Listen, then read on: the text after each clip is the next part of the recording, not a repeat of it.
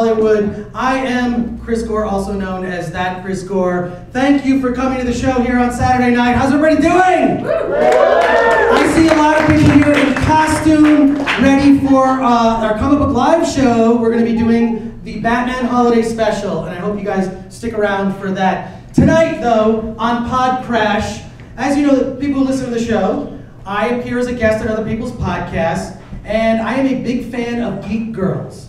There's been an explosion of nerd girls. Many of you travel to conventions. Raise your hand if you do. You go to nerd conventions all over. And what's been interesting is to see there's been an invasion of girls at conventions, and they didn't get there on accident.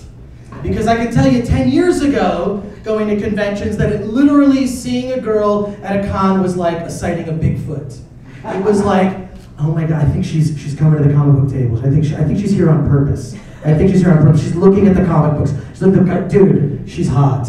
This is amazing. So this is what it's turned into, and it's been an explosion. And I feel like nerd girls have kind of always been around, but now they can admit that they're into geeky stuff, and I applaud that wholeheartedly. So tonight I am welcoming guests from the Defective Geeks, which you've not heard of this podcast. You are definitely going to want to hear it. It's geek girls talking about all things geeky. I want to welcome them to the stage. Several members of the Defective Geeks are here, and we also have special guests. So I'm going to be introducing them. First of all, we have Diane, the Space Pirate Queen. She's a geek maven and queen of the Defective Geeks. She loves Lord of the Rings, Doctor Who, and aliens. I assume the movie Aliens, or like, is that the movie Aliens, or like aliens, like actual aliens? More like actual aliens, the kind that Mulder chases, because I want to get closer to Mulder, because he's the love of my life since I was in 4th grade. Wow. Mulder or David Duchovny? Both. Nice, nice. Now we also have Giselle, also known as Jizzy B. Jizzy B, really? Jizzy, come on stage. She's a writer and a wine addict, and she grew up watching Star Trek and Star Wars. Okay, she goes both ways. And she has nightmares about the Joker, but she obsesses about Batman. I can relate to that. Jizzy B, give her a hand. So you obsess about Batman? Speaking of a microphone. I do. I've been obsessed with Batman since I was like a really, really little kid. Like when I was maybe about 2. Like my parents introduced me actually to the movie, the Tim Burton, Michael Keaton one. And ever since then, it's been love. Why did you used to take a towel when you got out of the tub when you were little and like tie it around your neck and run around with like a superhero cape that was a towel? When I was little, as you mean, I still do that right now? Yeah, that's exactly. Like, Yes, when you were little, I mean, like, you know, do you like still yesterday, like I'm still little. I'm not like this big, so I'm still little. I still do. Precisely. Now, your podcast, for those of you who don't know, I mean, you guys talk about everything geeky, like comic books, nerdy stuff, but from the perspective of a woman. So, how does that, from women and female geeks, like, how is that different? Like, how is it different? Like, I can be into Captain Kirk, you can be into Captain Kirk. Brr, what's the difference? Well, for those who've never listened to our podcast, our intro is actually Kevin Smith. He's introducing our podcast, and I just like how he says, "Oh, so these are geek girls." So they're, instead of them talking like, "Oh, Thor's gonna kick your ass," they're talking like, "Oh, Thor's so sensitive. He's so misunderstood." So that's apparently the perspective of geek girls, but. Yeah, so you're much more understanding of villains, is what you're saying. Is that like most of the villains you're like, you know, I don't know, because it's so funny. As whenever I talk to a geek girl about stuff, they always like the bad guys. They always like the bad guys, and I kind of feel like, well, it's just as true in real life as it is in fiction. It's true. Ever since the Avengers movie came out, like this whole Loki movement happened. Wait, okay, I don't know about the Loki. Tell me about the Loki movement. So. Everybody I know just have a crush on Loki ever since the Avengers movie came out. Like, he's one of those, oh, he's just misunderstood. He's a bad guy. And I'm like, he's kind of a dick, you guys. I think it's just like an inherently female thing, because because you just want to like nurture him and make him feel better. Him better. Yeah, you want to change him. So I think that would change exactly, like applicable to bad guys and villains. Like you just want to be the one that changes them and makes them better. But if we're talking Avengers world here, I mean, Steve Rogers, muscular, attractive guy, also a virgin. You guys, no, think about it, because remember in Captain America, he like, whoa, what happened back? And there was a chair. That was a chair. But in Captain America, he never danced with that girl, and he was supposed to have a date. So sad. And so then he crash landed in Antarctica, was frozen for. He's basically the world's oldest living virgin. Yeah, I mean, what I find, like this burgeoning of, there's a lot of girls now on Tumblr that are obsessed with Avengers, and there's just this whole movement of, so sympathetic towards all the superheroes, like, Captain America, he never got the girl, I just want to be his girlfriend now, and show him the ways, because he is a 40-year-old or 60-year-old. 70, yeah. Well, let's, we're gonna get into a Geek Girl Smackdown. And in order to do that, we're going to need a couple other Geek Girls to join us on stage. So let me introduce, I have it all written down on a piece of paper. Actually, I think one of them is still not here. Oh, still not here? Okay. Yeah. Which one? Annie. Okay. She's late. But Sabina is here. Sabina is the baby. Come on up on stage, Sabina. Sabina's the baby of the Defective Geeks. She is adorable. That's spelled correctly. She's she's also a writer. Here, you guys have to share chairs and microphones. So get up close. Or you can actually slide that and share. Yeah, and speak into the mic. So what are your obsessions and interests? And which supervillains do you want to have sex with? Oh my gosh. Okay. Interests. Filmmaking. I just want to make movies. I like horror movies and sci-fi.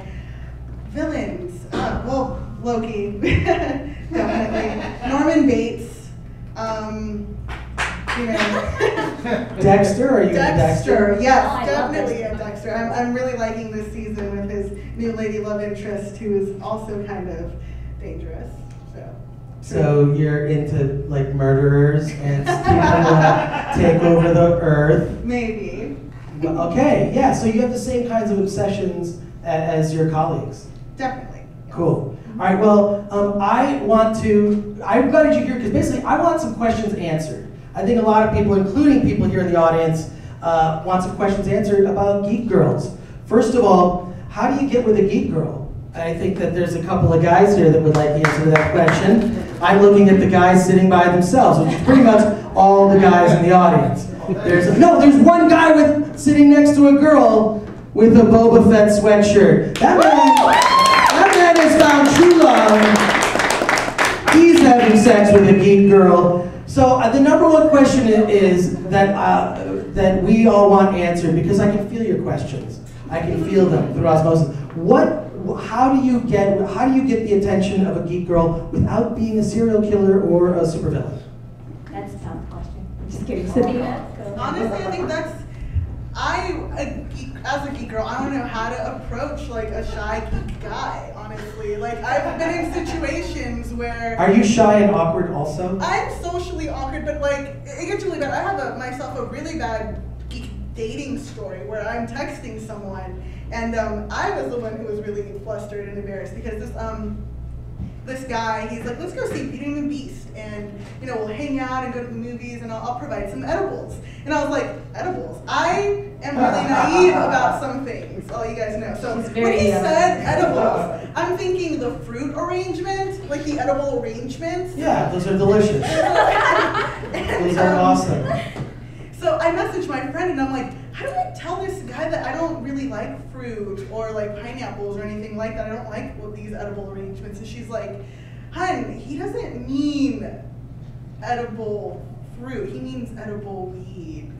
And I was like, oh, okay. And then I kind of what was it like? What was that edible like? I clammed up. I didn't know what to message back, and it kind of just like, I didn't want to seem uncool and be like, I don't do that stuff, and like maybe have him turn me down or something. So he failed by offering you an edible.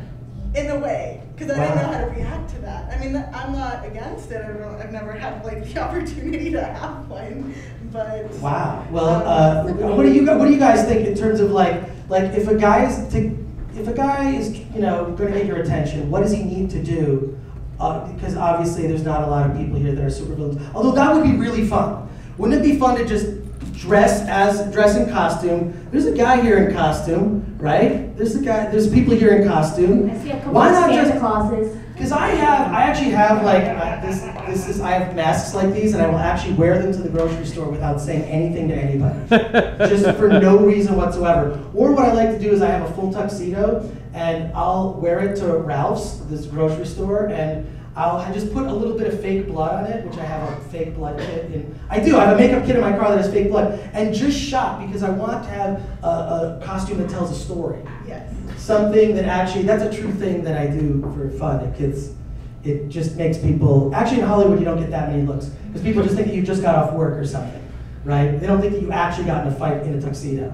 But other than being a supervillain, what can a guy do to get your attention? I mean, on the note of, because I'm a little bit older than these two, not that much older, but old enough where I'm kind of over the bad boy phase. Like these guys will still swoon over like, oh, he's such a bad boy. And I'm like, I just want a Mulder who's awkward and lives in his basement and researches aliens. And I'm just like, you're so cute, I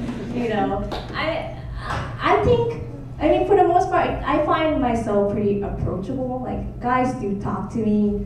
And I have a fan page on Facebook, and I get messages all the time. What's your fan page? Yeah. Guys, you've got your mobile devices. You could use I it just right started now. it Get too. on the fan page. Facebook.com/FireQueen, but I'd rather you guys like the Defective Geeks Facebook. Like them both. Yeah, you like get them multiple both. likes. And I get guys messaging me, oh, can I take you out sometime? And I actually have a boyfriend already, so I'm the one who feels bad. Like, I'm sorry. All right, Giselle, let's talk about what do you like to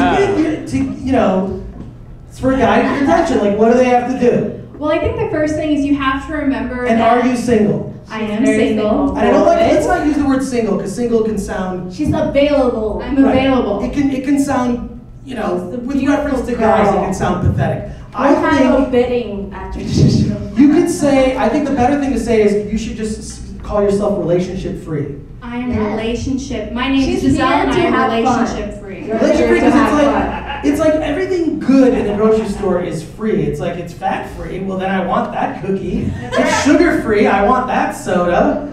Anything free. So relationship free. I think is I better. like that. You start using that term. Let's start a Facebook like page for relationship free I think people, so we need can to all do meet. that. Yes. All right. Well, I think what I want to say is you have to remember that we're not really that scary at the end of the day, at least for me. We're just as shy and awkward as you are. Can I just interrupt you for a second? You have vaginas. You're scary. We do We're have the scared power. already. We have the power. But really, remember, we are just as shy and awkward as you are. Because I am very shy and awkward and totally oblivious. Like, half the time you have to have a neon sign above you saying, I am hitting on you. Because I won't know. Yeah. I'll just be like, oh, da-da-da. Guys, I can't tell. I'm just... Neon signs. don't listen to any of this right now. Plug your ears. God, I will trust you. Guys, hit on her. Yes. In the bar after this, you all have to hit After the show, on I want Giselle. all the single boys talking to Giselle after the show. Invite her drinks, lots of drinks. Because she has no idea she's being hit on. If you fail, who cares? And secondly, just think of it as practice. I want every guy here to tweet about that. I will retweet the people who hit on Giselle and tell me about your experiences. Okay, now, but I invited you all here not only to find out how these guys can date geek girls, because I find out that they've really invaded the nerd scene, so to speak. But also, I want some questions answered, because unbeknownst to me, as like a fan of geek girls and cosplay and all that stuff, why do geek girls always fight? They're always fighting each other. Why are they always fighting? And they're fighting over things that are just as stupid as guys fight over. She's here. Oh, Annie's here. Let's introduce Annie to the stage. Come on up, Annie. You came at a really good time. Annie is wait a second. What? She's a fetish model. She is a fetish model. She is a cosplayer. She's a literature nerd. She has a fetish for words. And she loves Lord of the Rings. And she's relationship free. Wait, are you? No, she's not. Lie, please. Just lie. She's relationship free. And she's on our stage. Give a big hand, Annie! And you've got a fan page too, right? Like you have a fan page for your fetish model stuff. And what is it? Just while we're standing here on stage, just you and I talking. What is the page called? I don't have the actual link, but if you search me, gonna Annie Violet, you can find me. It's like the first thing that pops up. Annie Violet. So tell us, how did you get into cosplay? And you're a nerd girl. What are your obsessions and how did you just get into the whole scene? I think I started around 10 years old. I was into the whole Japanese subculture, so I was into everything J-pop. I was a total otaku, so like I love anime, I love manga. Yeah. So I love anime, I love manga, and I love American style comic books too. So I was obsessed with Batman since I was like 4 years old. So I have collectibles, I have comic books, I already know. And I like your ring. I'm also into Batman. I just want to throw that out there, and you should stick around for our Batman Holiday Special coming live later tonight. So you're gonna stick around because that ring. Yeah, stick around for that show. I don't think I'm gonna win by just my ring alone, though. So. No, you're like the total package. You're like a nerd girl that's into Batman, whereas I call the total package. But what I want to talk about is the fights between nerd girls. We're seeing this happen constantly, right? It's like because there's like the nerd girls, which I know Diana knew you and Jizzy B and Sabina we met. Annie, we just met. But I'm just buying, you guys are legit nerd girls, but there are like fights between nerd girls. It's like nerd girl wars. There's the war on fate. Tell me about these wars, because a lot of guys here don't even know that this is happening. So just a little tidbit, like how me and Annie met is over Twitter, and this is related, because when she added me, like she's my little fetish model, I was like, is this a spam bot? This one of those porn spam bot. So I didn't add her back for the longest time until she started, replying to me on Twitter when I was talking about Lord of the Rings. She's like, I love Lord of the Rings. I was like, oh, it's a real girl. She likes Lord of the Rings. Oh my God. I did the countdown too. Oh and then I do the comic countdown for like 2 years. And that's here, how it's almost here. And I was like, okay, I'm gonna interview her for our website, detectivegeeks.com, because I was like, this is interesting, because I've never actually, like, I know a lot of cosplayers, but I've never known like a cosplay fetish model personally, and actually talk to them about, like them being real geeks. Because you see them at conventions all the time, and there's this movement of, booth babes are just like, are fake geek girls. They just get paid to be there. And I'm like, but there's a real one, there's a real nerd. And I'm like, I guess Annie would have like examples of your own experiences with that at conventions. Yeah. With girls. Most of like the booth babes, the more aesthetically pleasing, attractive ones are the ones that are models who are getting paid to be there. Whereas like, I guess the more authentic geek girls are the ones that, they cosplay and they're actually there, they pay to be there. So it's a different kind of atmosphere for both. Okay, so before we actually get into the elements and what makes a real geek girl, we have a bit of fanfic theater. Can we say it all together? And I want to hear some applause, because you guys are like the quietest audience ever. Come on, there's a bunch of people here. And I know some of you just got your first drink, but let's get the second drink and let's get into it. So we're about to do a little fanfic theater. And just to explain what fanfic is, if you're on the internet, fanfic is kind of a big thing where people will take some of their favorite area fandom and they'll write their own fan fiction. And we actually have a story here that we're going to read. Oh wow, and it's 3 parts. We're going to be reading this throughout. And what parts are we playing, Giselle? Because you organize this. I shall be the narrator. Miss Sabina here is going to be Robin, and Chris Gore is going to be Batman. Oh good, this will be good practice. I'm going to put on my vest. Don McCowell.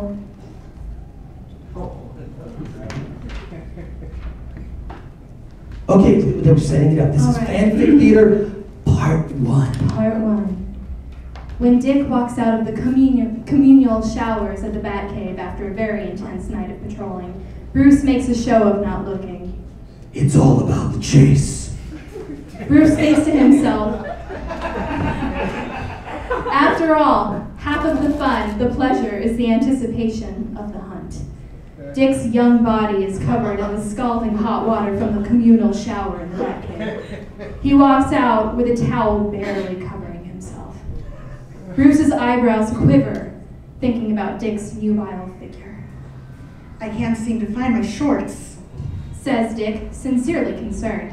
Bruce smiles to himself. Bruce is looking at the papers in front of him, but really rather focused on the mental image of Dick's sleek body. I swear I had a spare set in my bag. Dick says into the overbearing silence of the cave as the water drips from his body. In fact, my bag is missing too. How little he knows. Bruce mutters to himself as he looks down at Dick's bag that he intentionally hid under his own desk.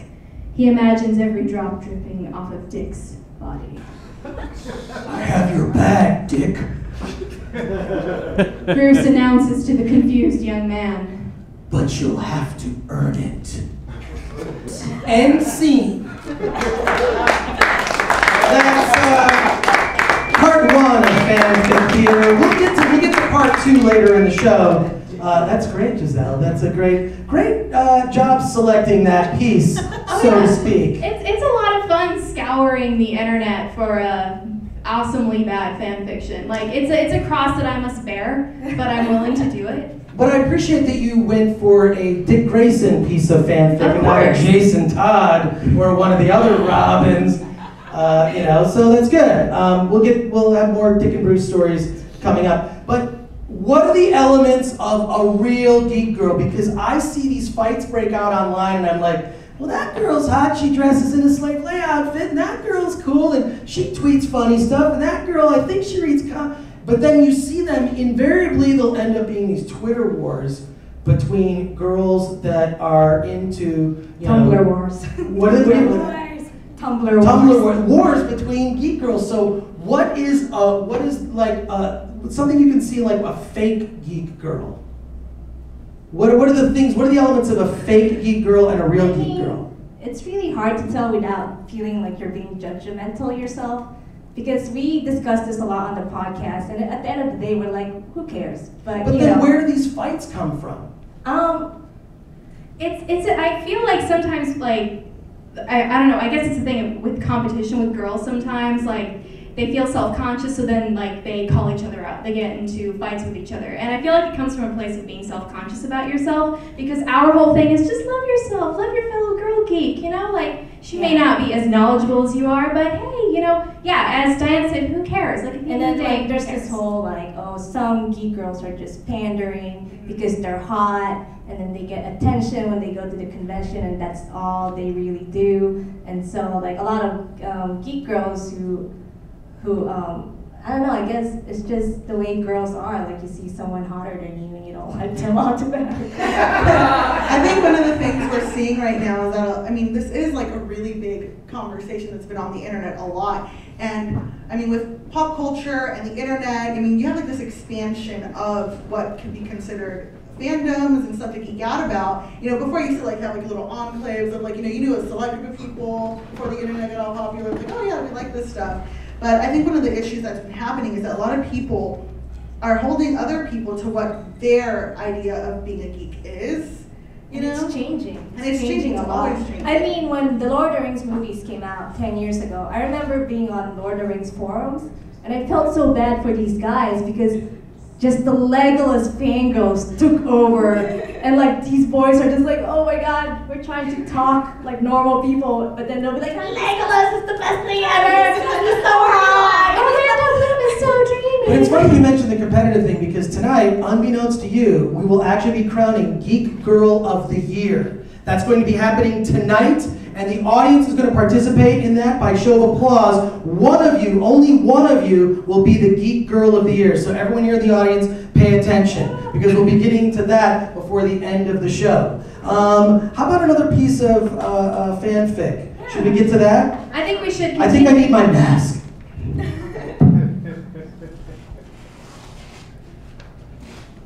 Part 2.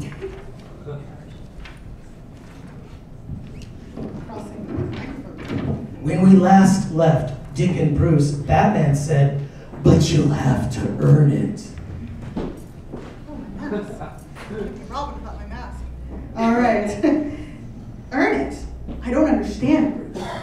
Address me as Master Wayne when we are training, my young Dick. Bruce looks at Dick's form and he feels the blood rush to his face. He closes his eyes, but it's already too late for him. The image of Dick's mostly naked body winds up seeming etched into his eyes to the point where Bruce can remember the exact placement of the droplets of water making their way down Dick's scarred chest to the knotted up towel around his trim waist. Master. Dick says, so confused, Bruce cannot help but find his confusion intoxicating. What must I do? Do you know why I chose you, my young Dick? When I saw you at that circus, you were throbbing with potential. I mean to see that potential fulfilled. I want to be a good pupil, your pupil. Fill me with your knowledge, Master Wayne. What must I do? Drop your towel, my young Dick. We shall do a training exercise I learned long ago from my old master, Razagul. It is an ancient skill that has initiated many. If you have pleased me, then I shall let you have your shorts. I'll do anything. The exercise is called crossing swords. NC. Okay, that was an effective gigs. That was an effective gigs there. That was fun, I think. Don't Robin? forget that 50 Shades of Grey started as a fanfic, so I mean, you might see this on the... Right. This could be, yeah, this, I have no idea where this is going. 50 Shades of Batcave. I don't know who the villain is in this episode of Batman. I'm really curious to find out who the villain is going to be. It'll be great when they get to that part of the story. But let's get back to fake geek girls, because these fights come up. What sort of like you can smell a fake geek girl? You know what I mean? It's sort of like when you're in Hollywood, as we are tonight, and you can see the girls that can't walk in heels. You know, it's often been described as like, you know, Bambi trying to walk for the first time. It's like that kind of like, she can't really walk in heels, so, you know, go with a pair of ballet flats, ladies, if you don't have that skill. Don't throw on those stilettos just because you got them cheap. But what is there like an identifying factors and you know that are the fake geek girls all have in common? Twilight fangirls. So those aren't real geek girls. Thank you for saying that. Should get a huge applause, actually. That should get a huge applause. For me, if they aren't passionate about it, like if they're just not into it, you try to talk about it with them and they'll just be like, well, I don't really know what you're talking about. Like, and by passion, I think what you mean is, I think I know where you're going with this. By passion, I think you mean just like you're disagreeing or you're sticking to your guns on something. yeah, like they're sincere about what they're talking about, they care, like they're really into it. Like if you try to engage in a conversation with them and they just don't like seem like they really care, then that's how you know they may be fake. Exactly. Like, for example, like, do you like the old Star Trek or do you like the new Star Trek? What? Exactly. I like them both. No, you don't. One is better. There's a better one there. Well, I think that Shatner's Kirk, blah, blah, blah. I don't know. I just saw that Star Trek Into Darkness trailer. What the fuck was that? What the fuck was that trailer? Awesome. I don't know that it was awesome. I don't know that it was awesome. Really? I don't know that it was awesome because what the fuck? It didn't seem like Star Trek. It did not seem like Star Trek to me. William To fact- Shatner. it- I'm kidding. Well, no.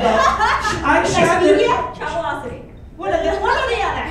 But the new Star Trek trailer, I mean, everyone's sort of guessing that Benedict Cumberbatch plays Khan. Why are they pussyfooting around that though? I don't understand. It's stupid, but it's also ridiculous. like, there's a whole bunch of people online that are saying, no, it's Gary Mitchell. And if you remember the old Star Trek, okay, there was a guy who was in the pilot episode, Gary Mitchell, who ended up having like those mind powers. But I'm thinking, what is Kirk gonna do? Chris Pine Kirk, what does he say? Mitchell! Not as cool as saying Khan, right? That's the thing, like, so many people are arguing for Mitchell, but I just do not see that happening. Like, especially with what they've shown in the teaser. Like, for me, I don't see any, like, Gary Mitchell in that. And as far as, like, it possibly being Khan, I feel like it may be something like Khan adjacent, because it just seems too obvious to have Khan be the villain in the second movie. Also, like, there's no past history. Exactly. We only have the one movie, so it's Yeah. like, how, you know, but like, what does he say? Vengeance? Yeah. Yeah, Vengeance is pretty close. If you have vengeance, you're pretty much going to have a wrath. I think you could have a wrath after vengeance, Like, right? I was That's act- possible. Like, I was actually at a party last night discussing this with some people. What was the party? It was a birthday party. It was a birthday party? Who was there? Were there nerd girls there? I think I was the only nerd girl, but there were some Geekscape guys there, so we found each other. Naturally, like, the geeks found each other. We, like, got a corner, and I think we'd clear out a room each time, so we'd get really, like, into it and speak really loudly. Kind of like we are now, Just like right now. except people are staying. Yeah, That's thank crazy. you, my boy, for staying. We really appreciate it. So, okay, so you're saying that are you saying it's Gary Mitchell? Do you think it's Gary Mitchell? No, I don't think it's Gary Mitchell. Like, All right. like what we discussed is that they think that instead of Khan, it may be like one of Khan's lieutenants or something. Like, so it's kind of like related to Khan, but not Khan specifically. Like what one guy suggested What is would that his lieutenants be named? Is his name Jerry? Also a shitty name to say really loud when you're pissed off. Jerry! You destroyed the Enterprise! But that's the thing, we don't know. And I just feel like with the trailers, it's so obviously Khan. Like, I don't know, like that, if it were a surprise, that would be awesome. Like, if it were something different, like, I feel like they maybe want to make us think it's Khan, then have it be something else, you know? Like, the way they're doing it in the trailer, especially the Japanese extended trailer, like, they totally do the hand thing on the Question for all four of you right now. All right. The villain in the new Star Trek movie. He is a villain. Would you fuck him? Starting with Annie. Yes or no question? Of course. Diane. No, I'm not a fan. No, okay, He's just- an actor. Yes, Benedict Cumberbatch, of course. Sabina? Yes, it's Benedict Cumberbatch. That's 3-1. That they would fuck the villain in the new Star Trek movie, regardless of whether his name is Gary, Jerry, or Khan. Okay, all right. I really had to get that out of my system. Although it'd be more epic to scream Khan in bed than Jerry or Mitchell. Isn't that the test, though, of a good name? Seriously, that's a test of a good name, because a name is an important thing, because what does that name sound like at the height of passion, right? I feel bad, and apologies to anyone here named Ira. But if your name is Ira, like, oh, fuck, Ira, it doesn't sound, I don't know, it doesn't work. It doesn't work. I don't know, wait, you guys try it. I just to see, everyone, all four of you, try it. Height of passion. You're being fucked by Ira. Go. Oh, Ira! No, it's doesn't. Ira. All right, now you're being fucked by Loki. Ooh, Loki. Oh, Loki. Oh, Loki! Audience, how did they do? Exactly, I thought it sucked too. You can do a lot better than that. You're being fucked by Loki. He's got that big staff thing, whatever that is. Come on. Come on, Loki fucking, let's go. Hashtag Loki fucking if you're watching this streaming on our channel at youtube.com/PodCRASH.TV. Use the hashtag Loki fucking. Now let's go. We're gonna go down the line. You're being fucked by Loki. You're best Loki as you're being banged by him. Oh, Loki. Oh, Loki! Damn. Diane? Oh, Loki. Oh. Andy, let's see what you got.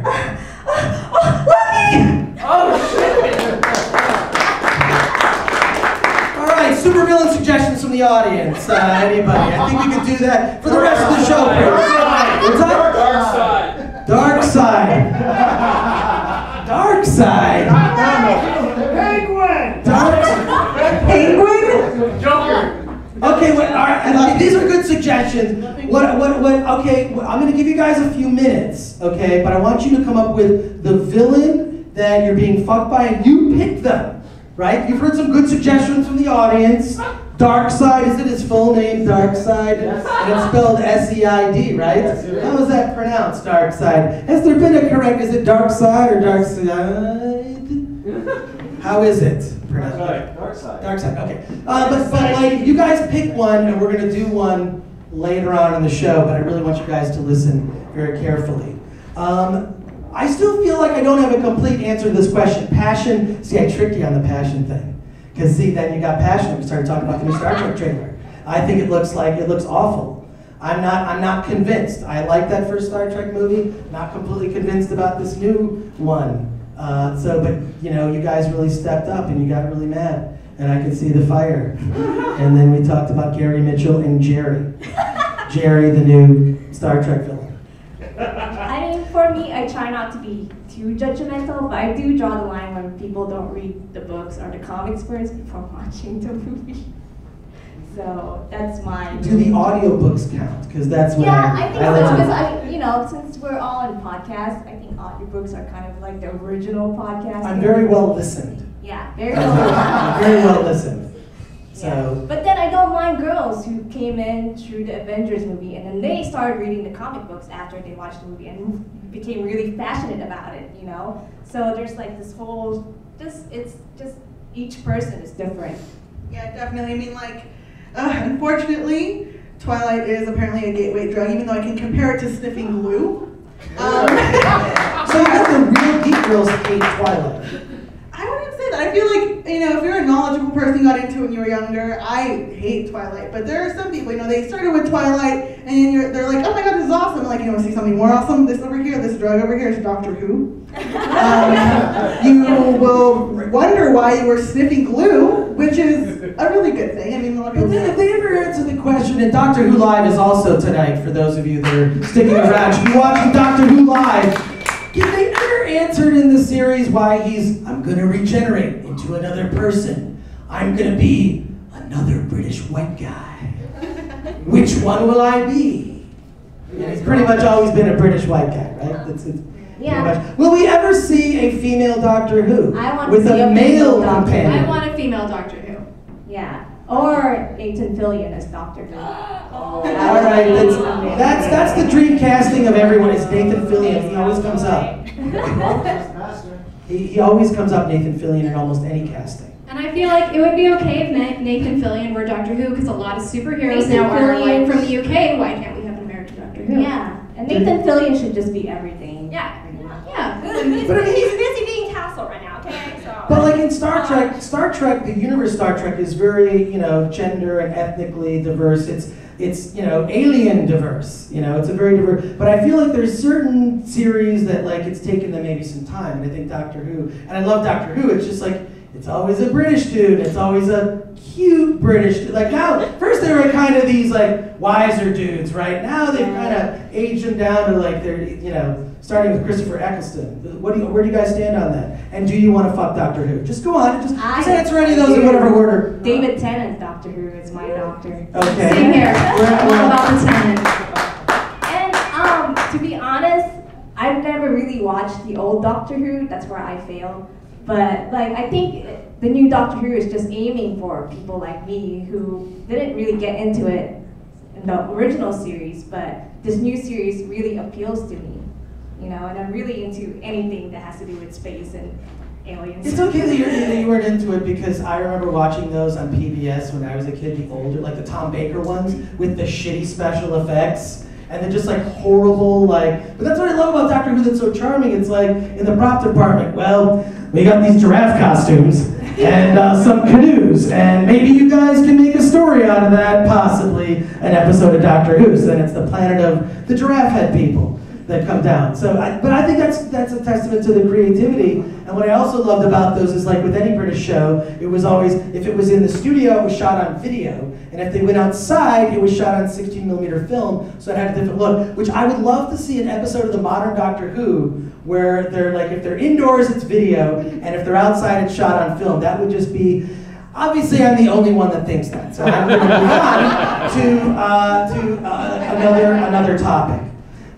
In terms of what attracts you to a dude, I feel what I notice about geek girls is they're way more aggressive. I feel there's some guys here. Guys, you might get hit on tonight by a geek girl. And I just feel with that, because the attraction ends up being much easier because I like Star Trek, you like Star Wars. That attraction is much easier, that connection is easier to make at the beginning. So I've heard tales of geek girls being more aggressive. Please speak to that and then give us your secret. Okay, so Does this story end with you getting fucked by Loki? I'm just Yes, finding out, or a guy dressed as Loki. Always. I actually had a recent conversation with one of my close friends who is my ex-fiance. And I was just like, I've been having trouble dating guys. I'm in the South Bay, so there's like a lot of bros and stuff, and like really, just different scenes. And I just can't do it and don't hang of it. And I freak out. I'm like, what am I gonna do? I haven't met anyone and stuff. And he was like, well, you were the one who talked to me. And I actually completely forgot about this in a way. I'm a terrible ex-girlfriend. But he was like really shy. We were in math class and math class, geometry, first period.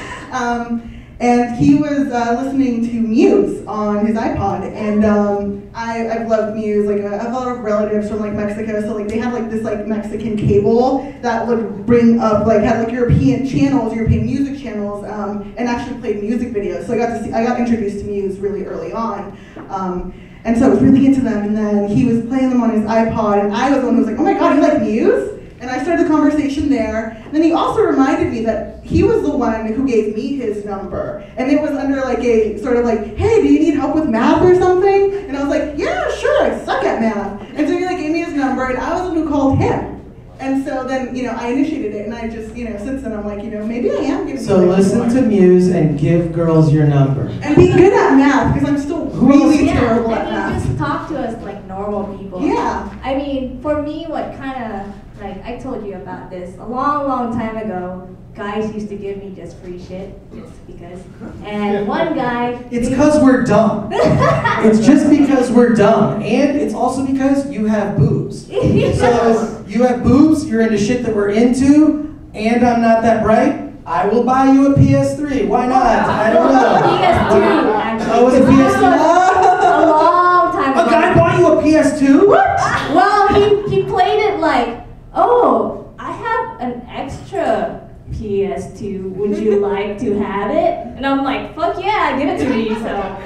What guy has an extra PS2? And I didn't give him anything back.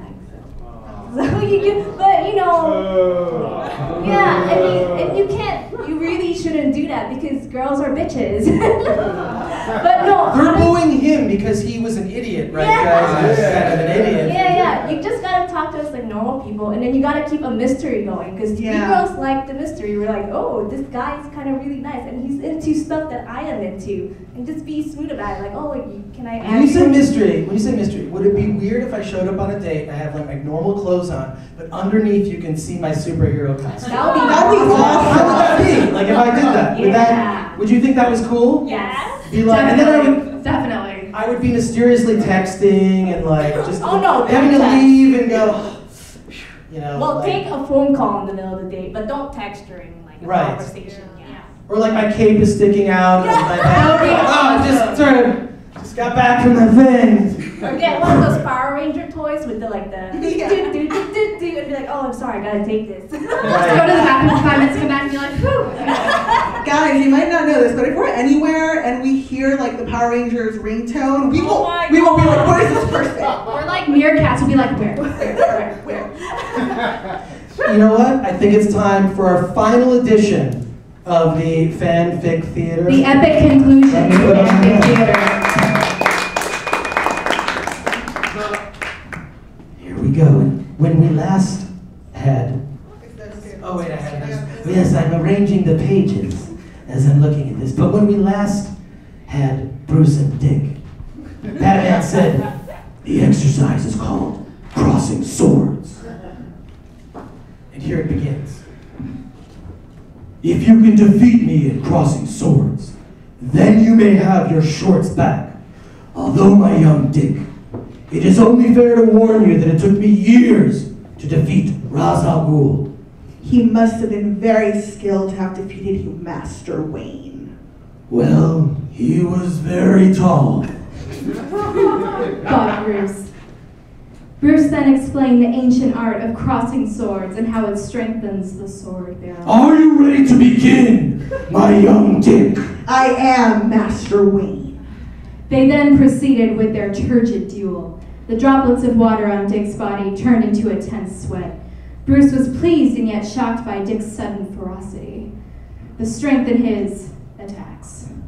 Dick had such stamina. Each took their turn grunting as their swords crossed. Much to Bruce's surprise, Dick seemed to be beating him at this duel. Not possible! Bruce managed to say before Dick completely overcame him. Dick won the battle of crossing swords. Once their duel was finished, they lay on the floor, panting. I clearly chose well, my young Dick. Or perhaps it is fair to say that you are now the master. Master Grayson, you may have your shorts back. Thank you, Bruce. Dick then smiles coyly. The end.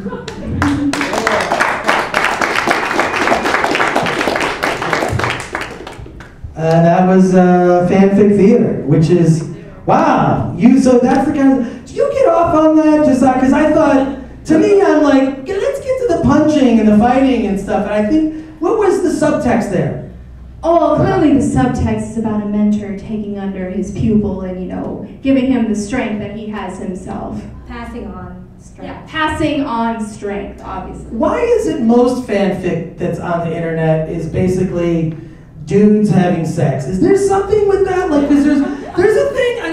There's guys like some guys. Not me, but a lot of guys like when girls hook up together. There's something about that. Visually, it's cool. Are girls now into guys hooking up like Batman and Robin, Kirk and Spock? It's been around for always years. has been. I mean, with Japanese. Doctor Who and the companion's boyfriend? I used to, I'm still into anime and manga, and it's been around for years in Japan. A lot of girls are into yaoi, which is basically guys on guys, and Yuri. It's Yuri girls with girls. And there's been a lot of discussions on why girls are into boys making love to each other, and mostly I think the conclusion is that it takes away the female element. Mm-hmm. So there's no competition if you're the female reader. Like, there's not a female character in there where you're like, well, she's a slut, I hate her. It's just like all the guys. So it's like you're able to insert yourself in there. Like, that's our argument.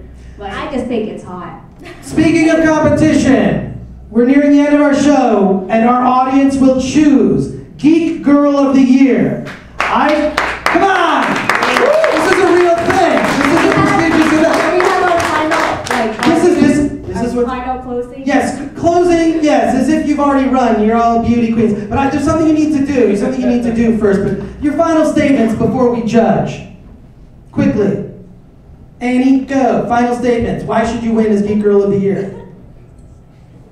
That's great. Okay, Diane. I learned how to read with comic books. The end. Jizzy. when my mom asked me what I wanted my third birthday to be themed after, I said Batman. Yeah. Sabina. I would give the world friendly dinosaurs for all of us to have and ride. Annie, I'm going to give you one more shot. Yeah. She's adorable. Okay, and our final thing, I want each of you one at a time. I asked you earlier, pick your supervillain. Supervillain, a bad guy from anywhere, fanfic, comics, movies, whatever. And you're screaming their name at the top of your lungs in ecstasy. You're each going to have 5 seconds. Pick one. And the choices will matter. The choices will matter. So whoever's name you're screaming out loud, I don't think it'll be Gary Mitchell. But let's see. Go for it. Annie. Puddin'! How do you know that? Oh, Magneto! Oh, Mr. J!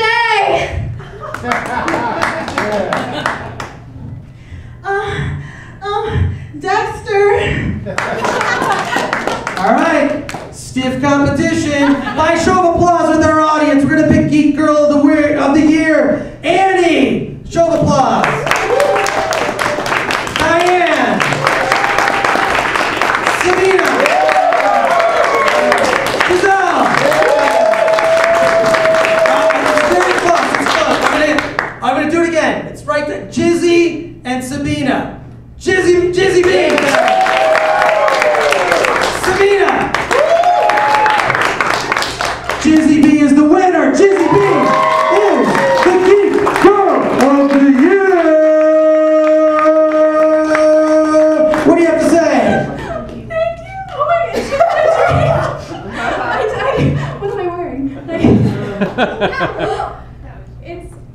That's, it is just.